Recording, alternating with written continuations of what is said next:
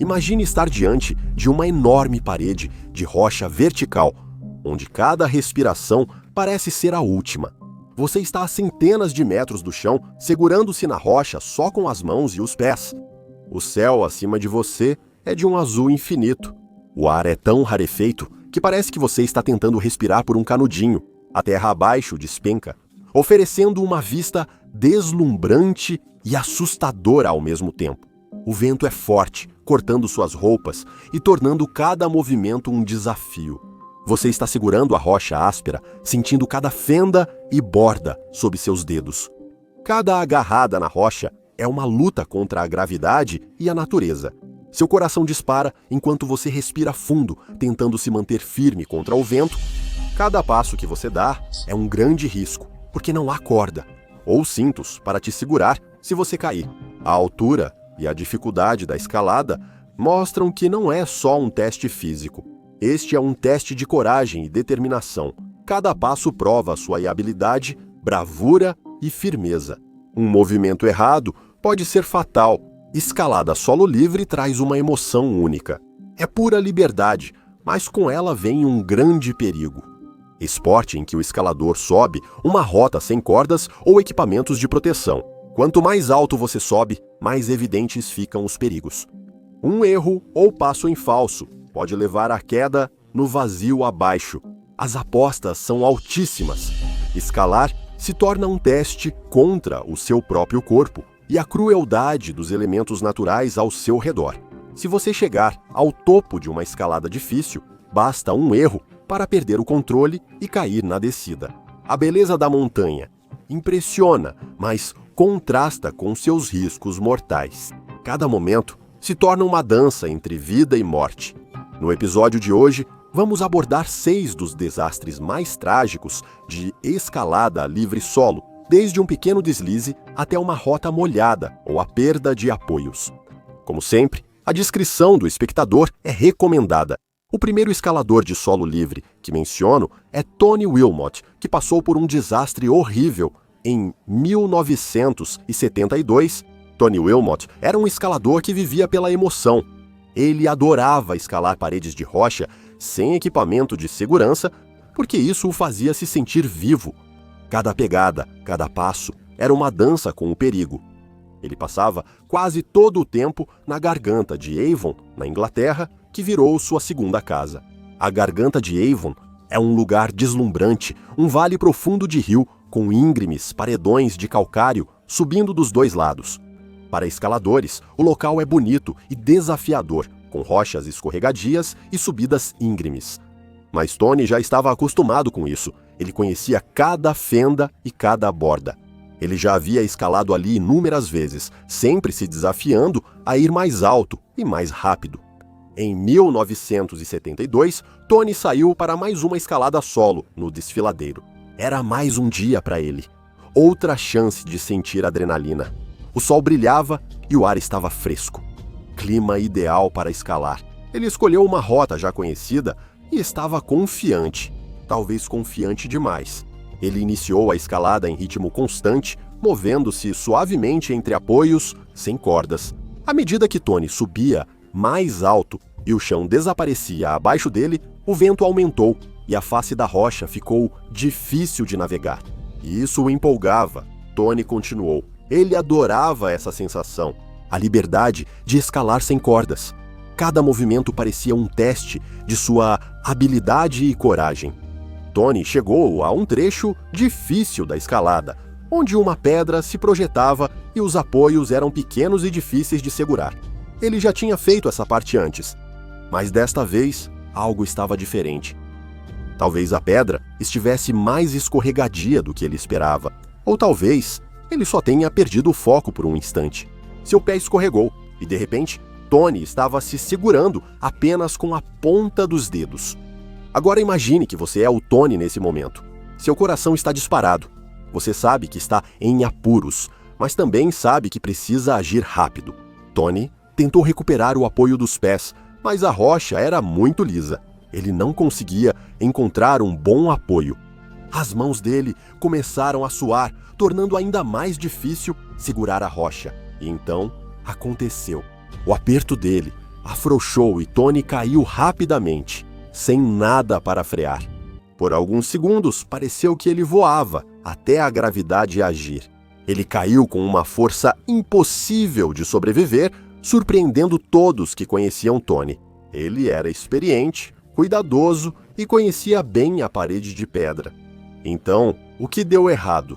Como alguém tão habilidoso pôde cometer erro tão grave? Alguns dizem que foi apenas azar que Tony escorregou em um ponto molhado na rocha que ele não viu. Outros acham que talvez ele estivesse confortável demais com a escalada e baixou a guarda. A morte de Tony abalou profundamente a comunidade de escalada, seja qual for o motivo. O nome de Tony é lembrado entre aqueles que desafiam os limites da escalada, mas enfrentam as consequências trágicas de uma atividade tão arriscada. Foi um lembrete de que, não importa o quão bom e experiente você seja, a escalada a solo livre é sempre perigosa.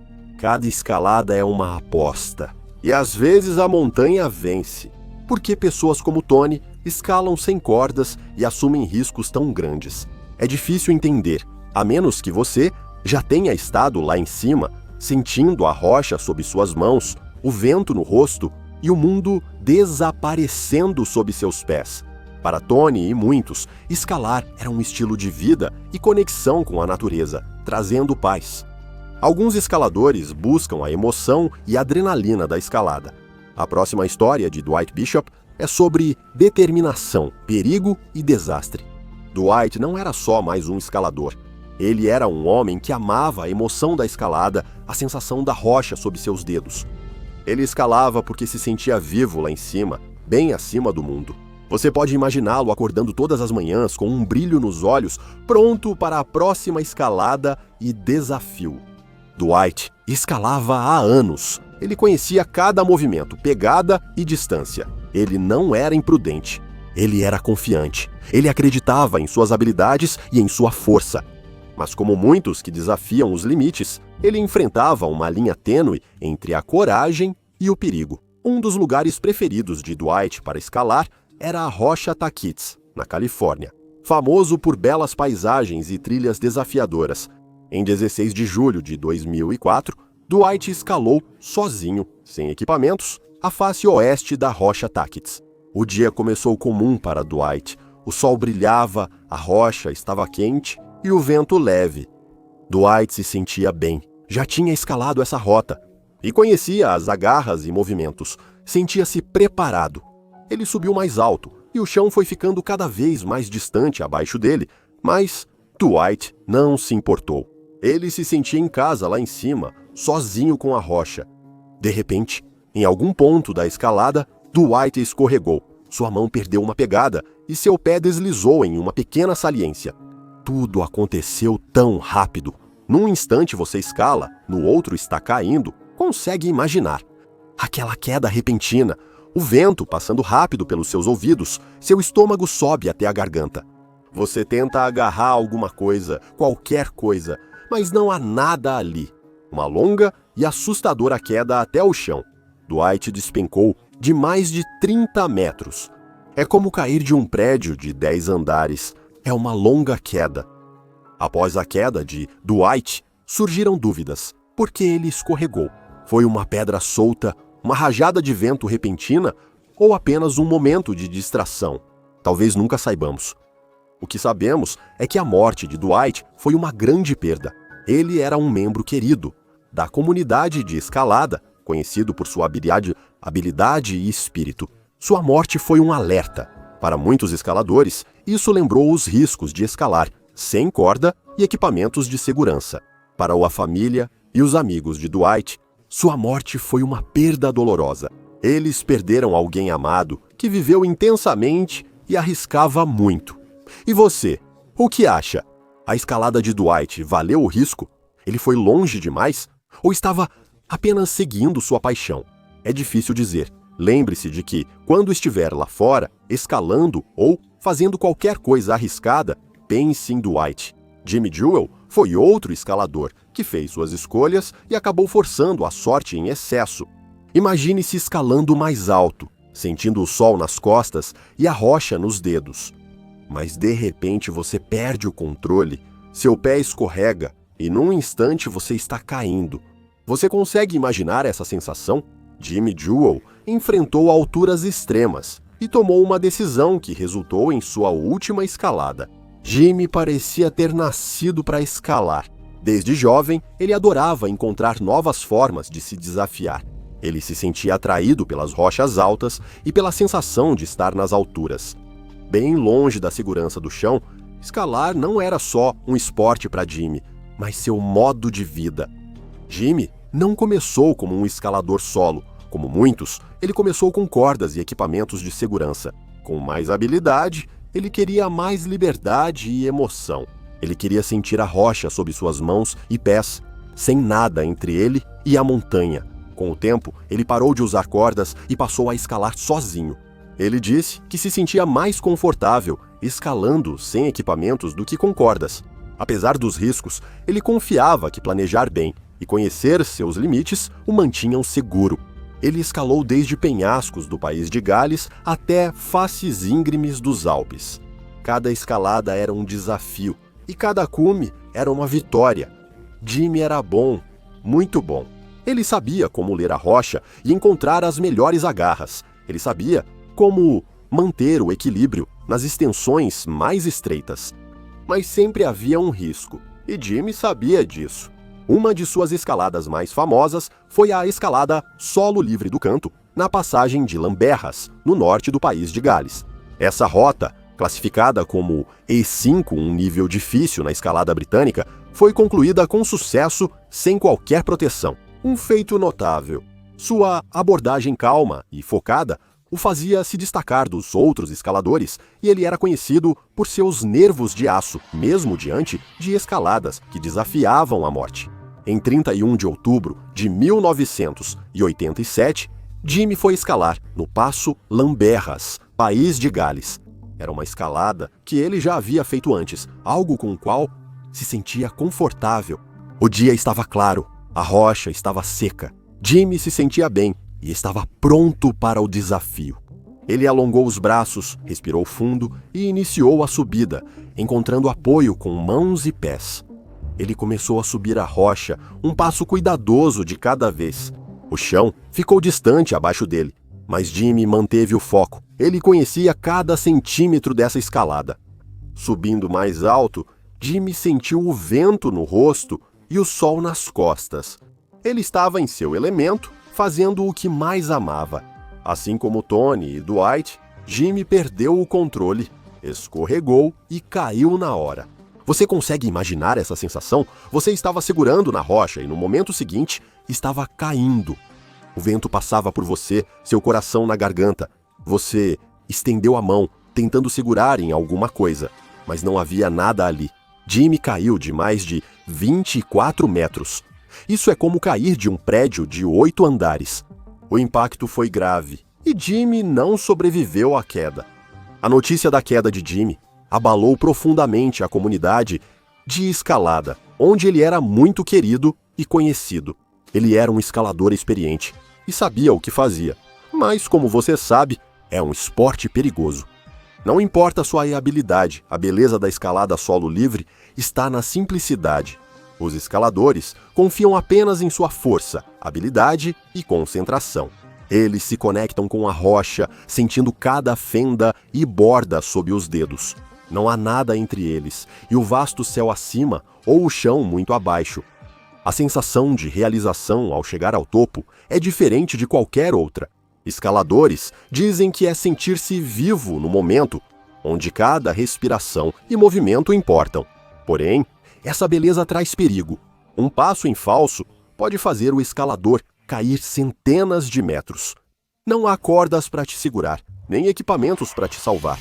É isso que faz a escalada em solo livre ser fascinante e assustadora. Talvez o maior lembrete da força da montanha tenha ocorrido em 1993 com Derek Hersey, que escalou rotas muito perigosas. Estar à beira de um penhasco pode parecer aventura, até ouvir essa história de 1993. Derek Hersey era uma lenda da escalada.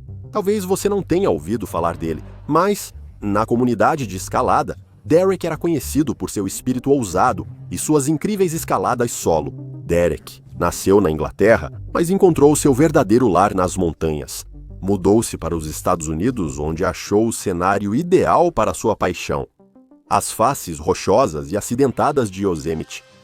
Derek ficou conhecido por escalar sozinho rotas famosas como Naked Edge, no El Dorado Canyon, Colorado, e Astroman, em Yosemite, consideradas muito difíceis até para escaladores com corda. Em Yosemite, Derek se destacou, enfrentando algumas das escaladas mais difíceis do parque. Ele escalou as faces íngremes e lisas do Half Dome e o imponente El Capitan. Essas escaladas não eram apenas difíceis, elas eram mortais, e era isso que Derek amava: o desafio e a emoção de viver no limite. Sentir a rocha nas mãos e os músculos se esforçando para te segurar. O vento está soprando ao seu redor e o chão está bem longe lá embaixo. Era disso que Derek gostava. E por anos, ele viveu por essa adrenalina. Ele vivia pela escalada. Derek sabia que cada escalada poderia ser a última, mas ele fazia mesmo assim. Em 28 de maio de 1993, Derek resolveu escalar novamente uma rota no Stack, Salatai, Sentinel Rock, em Yosemite. Era uma escalada difícil, mas Derek já tinha feito muitas vezes. Ele se sentia confiante. Ele conhecia as agarras da rocha e os desafios. Saiu cedo de manhã. O sol estava apenas começando a nascer e o ar estava fresco e limpo. Derek estava parado na base da rocha Sentinela, olhando para a escalada à sua frente. Suas mãos encontraram as agarras familiares e seus pés procuraram pelas pequenas saliências. Ele se movia rápido e com confiança. A rocha parecia um velho amigo ao toque. Conforme Derek subia, o tempo mudou. Nuvens se formaram e o vento aumentou. Estava ficando frio e a rocha começava a ficar escorregadia. Derek estava bem alto agora, muito acima do chão. Ele sabia que precisava ter cuidado, mas já escalara em condições piores. Ele continuou, o foco afiado como uma lâmina. Mas devido ao tempo, a rocha estava mais molhada do que pensava e o vento o desequilibrou. Foi a tempestade perfeita, nas piores condições, para um escalador de free solo. De repente, ele caiu de mais de 240 metros. A notícia da morte de Derek logo se espalhou entre os escaladores. Todos conheciam e respeitavam Derek. Ele era destemido, habilidoso e apaixonado. Ele viveu a vida do seu jeito, fazendo o que amava. A próxima história é sobre John Bachar, que desafiou a gravidade em escaladas impossíveis e, no fim, deu um salto sem retorno. John foi criado na Califórnia. Desde jovem, assim como todo outro escalador solo, ele sentia essa atração pelas montanhas. Escalar não era apenas um hobby para John, era a vida dele. Ele se sentia vivo quando estava em uma parede de pedra, com o vento nos cabelos e o sol nas costas. John foi pioneiro em muitas escaladas solo, incluindo algumas das rotas mais difíceis do mundo. Sua escalada solo de Novas Dimensões em Yosemite e Midnight Lightning no Camp 4 foram conquistas lendárias. A filosofia de Bachar era que a escalada deveria ser feita com o mínimo de ajuda possível, confiando puramente nas próprias habilidades do escalador. Ele enfrentou algumas das escaladas mais difíceis, aquelas que outros escaladores achavam impossíveis sem cordas. Mas João não via dessa forma. Para ele, o free solo era a forma mais pura de escalada. Era sobre confiar em suas habilidades, instintos e na rocha sob seus dedos. A influência de João ia além das escaladas. Ele integrava os Mestres da Pedra, grupo de escaladores dos anos 1970 e 1980, que influenciou a escalada moderna. Sua dedicação ao condicionamento físico e à escalada limpa, sem deixar rastros ou usar equipamentos fixos, inspirou uma geração de escaladores. Ele até projetou a famosa escada Bachar, uma ferramenta de treinamento para escaladores melhorarem sua força e resistência. Em 1981, Bashar ficou famoso ao oferecer um desafio de US$ 10.000 americanos para quem conseguisse acompanhá-lo em um dia de escalada, um testemunho de sua confiança e habilidade. Ninguém jamais venceu esse desafio. A centenas de metros de altura, apenas mãos e pés evitam uma queda mortal, enquanto o mundo abaixo parece um sonho distante. É aí que João se sentia mais vivo, à beira de algo incrível. Mas vamos falar sobre os riscos. Escalada a solo livre é extremamente perigosa e não deve ser subestimada. Toda vez que João subia uma parede de pedra, sabia dos riscos e que um erro poderia ser fatal. João não era imprudente, era confiante, mas cuidadoso. Ele treinava mais do que qualquer um, passando horas e horas escalando, praticando e aperfeiçoando sua técnica. Ele confiava que sua preparação e foco o manteriam seguro. Na escalada solo, a linha entre confiança e excesso é tênue, e João gostava de desafiar esse limite. Ele gostava de se desafiar para ver até onde ia. Em 5 de julho de 2009, João estava na Dyke Wall, Sierra Oriental, onde já havia escalado várias vezes. A rota não era a mais difícil que ele já enfrentou. Conhecia a rocha e os movimentos, sentia-se preparado. João começou a estudar escalar. Suas mãos e pés se moviam com a precisão de um dançarino. Cada movimento era calculado, cada passo era deliberado. Mas à medida que ele subia mais alto, algo mudou. Talvez ele tenha se acomodado ou subestimado o apoio. Seja o que for, João escorregou. Sua mão perdeu o apoio e, de repente, ele estava caindo. João Bashar, a lenda, despencou mais de 30 metros diretamente no chão implacável. A notícia da morte de João se espalhou rápido e chocou o mundo da escalada. João era mais que um escalador. Ele era um herói que ultrapassava os limites do que era possível. Sua morte foi um duro lembrete dos riscos da escalada solo.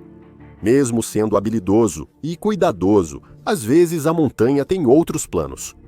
As pessoas comentaram a morte de João por semanas, questionando o que houve, erro ou azar. Será que era simplesmente a hora dele? Mas acima de tudo, as pessoas lembravam de João por sua paixão, seu espírito e seu amor pela escalada.